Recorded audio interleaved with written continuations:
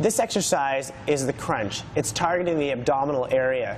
It's one of the standard exercises you should start with when working that core area. Start by placing your hands behind your head, turning your hips in towards your belly button so that you're sort of pressing already your abdominals down in towards that mat. You want to start, though, with a neutral spine. Don't flatten your back right out.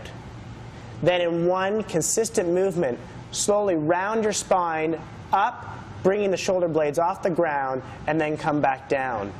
Remember to breathe. Always exhale as you're coming up. Don't hold your breath, and then slowly inhale as you go back down. You're going to do 10 to 15 reps of this exercise. You're going to do 2 to 3 sets of this exercise, and then you're going to move on to the next exercise.